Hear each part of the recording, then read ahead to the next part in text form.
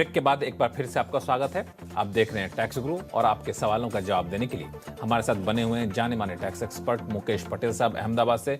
मुकेश जी, लोगों के कई सारे सवाल आ रहे हैं, लेकिन उन सवालों से पहले मुझे लगता है कि अपने दर्शकों को थोड़ा सा आगाह कर देना जरूरी है, क्योंकि अब सरकार ने इनकम टैक्स के कुछ नियमों में इस तरह से फेरबदल किए हैं। अगर आप कंप्लायंस का पालन नहीं करते हैं तो पहले के मुकाबले आपको ज्यादा पेनल्टी देनी पड़ सकती है। जहाँ की प्रावधान है, मैं समझ पा रहा हूँ कि कई मायनों में तो आपको 5 गुना ज्यादा पेनल्टी देनी पड़ेगी।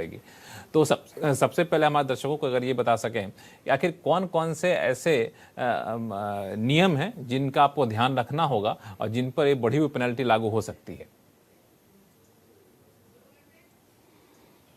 लक्ष्मण जी, इनकम टैक्स एक्ट की एक सेक्शन है 272 कैपिटल ए और उसकी सब सेक्शन 2 के तहत कुछ कंप्लायंसेस लिस्टेड हैं। जैसे कि आपने अपना बिजनेस या प्रोफेशन बंद कर दिया तो उसकी इतला आपको देनी है सेक्शन 176 के तहत इनकम टैक्स डिपार्टमेंट को। आपको मान लीजिए ये टीडीएस और टीसीएस के स्टेटमेंट्स फाइल करने होते हैं। 1616A फॉर्म में सर्टिफिकेट्स डाउनलोड करके आपके निवेशक इन्वेस्टर्स हैं उनको देने होते हैं। ये सब जो फॉर्मेलिटीज़ हैं, अब इसको हम टेक्निकल कॉम्प्लायंसेस कहेंगे, क्योंकि आपको इससे कोई किसी को मॉनिटरी नुकसान तो नहीं होता है, पर ये टेक्निकल कॉम्प्लायंसेस में अगर आप उसकी नियत टाइम फ्रेम में नहीं करते हैं तो सेक्शन 272A2 में 31 मार्च तक चूक होने पर प्रतिदिन प्रति डिफॉल्ट 100 रुपये की पेनल्टी लगती थी।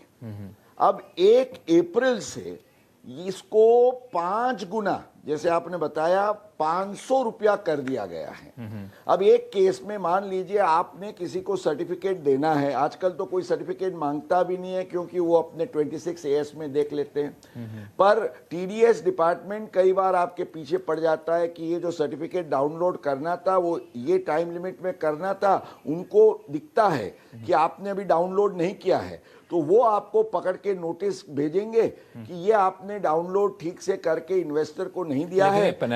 इसलिए हम प्रतिदिन मान लीजिए आपके 5 सर्टिफिकेट्स हो 500 रुपये के हिसाब से और 30 दिन का आपका लेट हो गया तो इसका आपको 75,000 रुपया आपको भरना पड़ेगा। बिल्कुल, यही मैं कहना चाह रहा था कि काफी पेनल्टी तो काफी ज्यादा है कि मान लिया पहले आपको इस हिसाब से देखें तो उससे 100 रुपए के बनती थी, अब आप करें प्रतिदिन पेनल्टी आपको जो वो 5 गुना बढ़ गई है। लेकिन एक सवाल ये है मुकेश जी, आप तो हमसे ज्यादा समझते हैं इनकम टैक्स डिपार्टमेंट की बारीकियों को।